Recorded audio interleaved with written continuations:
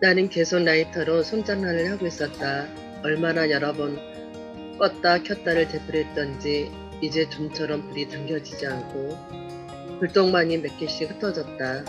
나는 라이터를 그 앞에 밀어넣고 빨갛게 불붙다시피 한 엄지손가락으로 지문에 호호 입김을 불어넣으면 안 가겠어요. 아무 망설임 없이 또렷이 말했다. 그는 별로 놀라지 않고 그렇다고 딴 말을 걸려고 들지도 않았다. 시계를 보더니 기마사를 깨워라. 그가 조금이나마 남에게 관심을 갖기로 한 시간은 이미 지난 모양이다. 기마사는 맹렬히 코를 골고 있었다. 풀었던 무릎은 완전히 펴져서 커다란 발바닥에 거침없이 그의 오만한 상간을 향하고 있었다. 업어가도 모를 듯한 깊은 숙면에 빠져있는 그가 나에게 웬일인지 이 커다란 집 속에 유일한 살아있는 사람같이 여겨졌다. 조금만 더 재워요. 별일 없으면 그럴까? 그는 무료한 듯이 하품을 하고 다시 담배를 꺼냈다. 세계빛이었다. 나는 성냥불을 고여댔다. 든든해 보이면서도 여자같이 피부가 섬세한 손가락 사이에서 모락모락 연기를 뿜는 담배가 눈에 즐겁다. 오빠도 전쟁을 죽고 죽이고 하는 진짜 전쟁을 해보았수? 나는 비꼬는 투로 말했다. 물론 지금은 후반 근무다만 사람도 죽이고 총도 쏴보고 나는 좀 더 노골적으로 비꼬았다.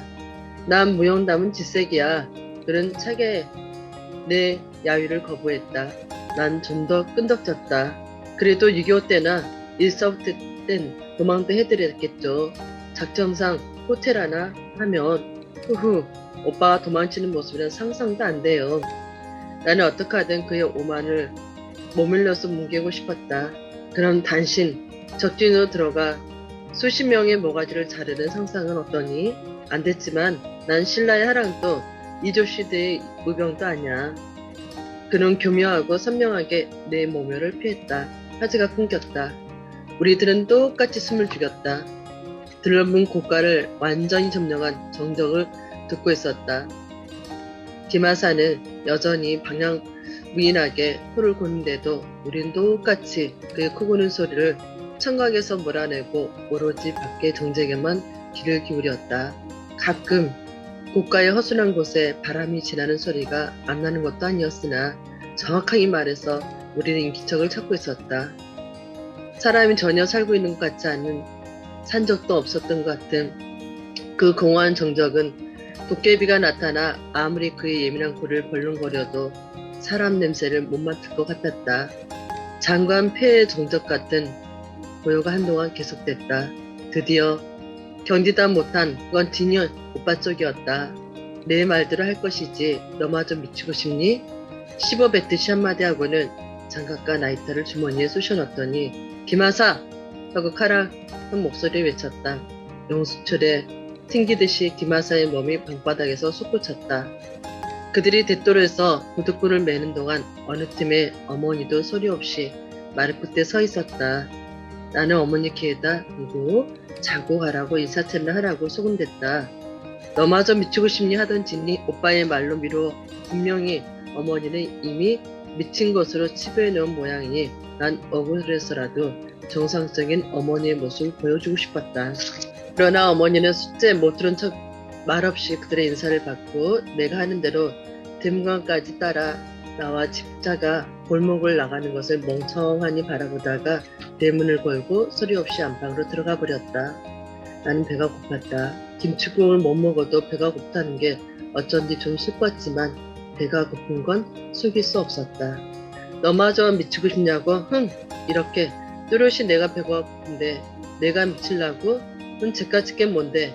아무리 콧대를 돋우고 거만을 떨어도 누가 모르려고 저도 6.25 땐 도망을 찾겠지.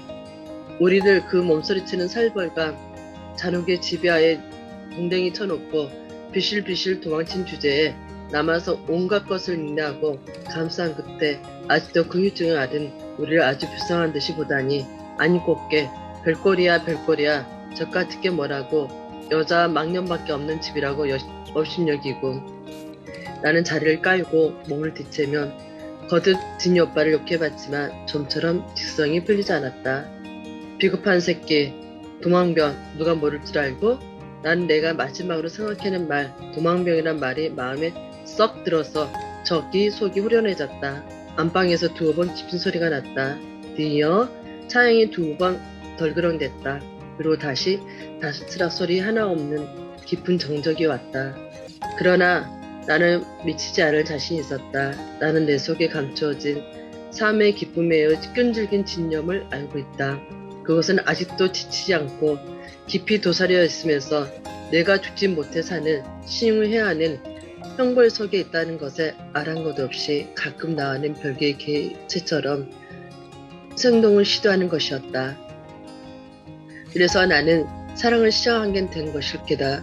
그러고 보니 오키도시를 만날 수 있다는 건 얼마나 큰 축복이요 구원일까. 그를 못 만났다면 지금쯤 어쩌면 나는 정말 지쳐서 허물어져 있을지도 모른다. 진이 오빠가 가엾사기에 알맞은 꼴로 말이다. 나는 문득 아주 어린 나를 회상했다. 아버지는 나를 편애했다. 그러면서 누가 고명딸을 너무 편애한달까봐, 그래서 버릇없다고 여겨질까봐 그런 대수롭지 않은 남의 이목딸을 꺼렸다. 그래서 가끔 느닷없이 엄하게 구셨다. 하찮은 일로 지나치게 가혹한 벌을 받는 일도 있었다. 그런 일로 가끔 어머니와 다툰 일까지 있었던 걸로 기억한다. 어머니가 애출한 어느 날 나냐 학용품을 사고 남은 고스름 돈으로 군것질을 했다는 이유로 사랑방의 높은 벽장에 갇혔다. 골방문은 밖으로 잠겼다. 까무러질 듯이 울어대며 용서받을 수 있다는 걸 뻔히 알면서도 웬일인지 나는 안 울었다. 무서워서 발딱발딱 뛰는 가슴을 꽉 누르고 무서움을 잘 견디었다. 그리고 벽장 속이 그렇게 어둡지만은 않다는 것을 차차 알게 되었다. 눈이 어두움에 이거 차차 주위의 물건들을 식별하게 되자 나는 골방 속이 밖의 세상보다 훨씬 재미난 물건들로 차 있는데 놀랐다. 오빠들이 쓰던 장난감들은 먼지만 털면 아직도 새 것이었고 제각기의 기능이 안전했다. 나는 운전사가 될 수도 비행사가 될 수도 금세 완전 무장을 할 수도 있었다. 나는 그런 짓을 해봤다. 그러네 금세 실증이 났다. 나는 그때 1학년이었으니까. 그리고 그것 말고도 첩첩이 쌓인 식구들에게 잊혀진 물건 하나하나의 신기함을 점검해야 했기에 마음은 조급했다. 호랑아리에 손가락을 넣어 꿀을 몇 번씩 찍어 먹어보고는 한구 속에 쌓인 책으로 옮겨갔다. 재미난 책을 골라내기에는 역시 빛이 모자랐다. 그때 기적처럼 눈부신 빛이 쏟아져 들어왔다. 그 빛은 서쪽의 벽면과 기둥목 사이에 틈 사이로 새어든 오후의 햇살이었다. 나는 곰팡대 나는 책들을 펴지만 보고 밀어놓기도 하고 혹시 그림이라도 있음직한 책은 책장을 넘겨보기도 했다. 그러다가 문득 나는 안데르센을 만난 것이었다. 좁은 벽장 속에 경이롭고 영롱한 꿈의 세계가 펼쳐져 있다. 나는 인어요, 백조요, 동시에 공주였다. 귓가에 어머니의 비명소리가 들리고 벽장문이 한급히 열리고 나는 어머니에게 안겼다. 에구구 경아야, 얼마나 놀랐니? 얼마나 울었니? 어머니는 나를 꼭 껴안았다. 어머니의 가슴이 놀라 뛰고 있었다. 아유, 미련한 양반, 주책 없는 양반, 우리 경아를 어떤 딸이라고 이런 데다 가두다니. 가엾어라. 하마터면 큰일 날 뻔했지. 어린 게 무섬에 지쳐 까무러치기라도 했으면 어쩌려고. 내가 빨리 오기를 잘했지. 뭐가 짚히는 게 있어. 그저 집에 빨리 오고 싶더라니. 어머니는 호들갑을 떨며 내 볼에 얼굴을 부비며 손수건으로 눈물도 안 흐른 눈 언저리를 자꾸만 닦아주는 것이었다. 나는 할 수 없이 조금 훌쩍거렸다. 아유, 가엾어라. 어쩜 눈물도 말라 붙어버렸구나. 아유, 이 미련한 양반은 어느 구석에 박혀서 내다도 안 부누.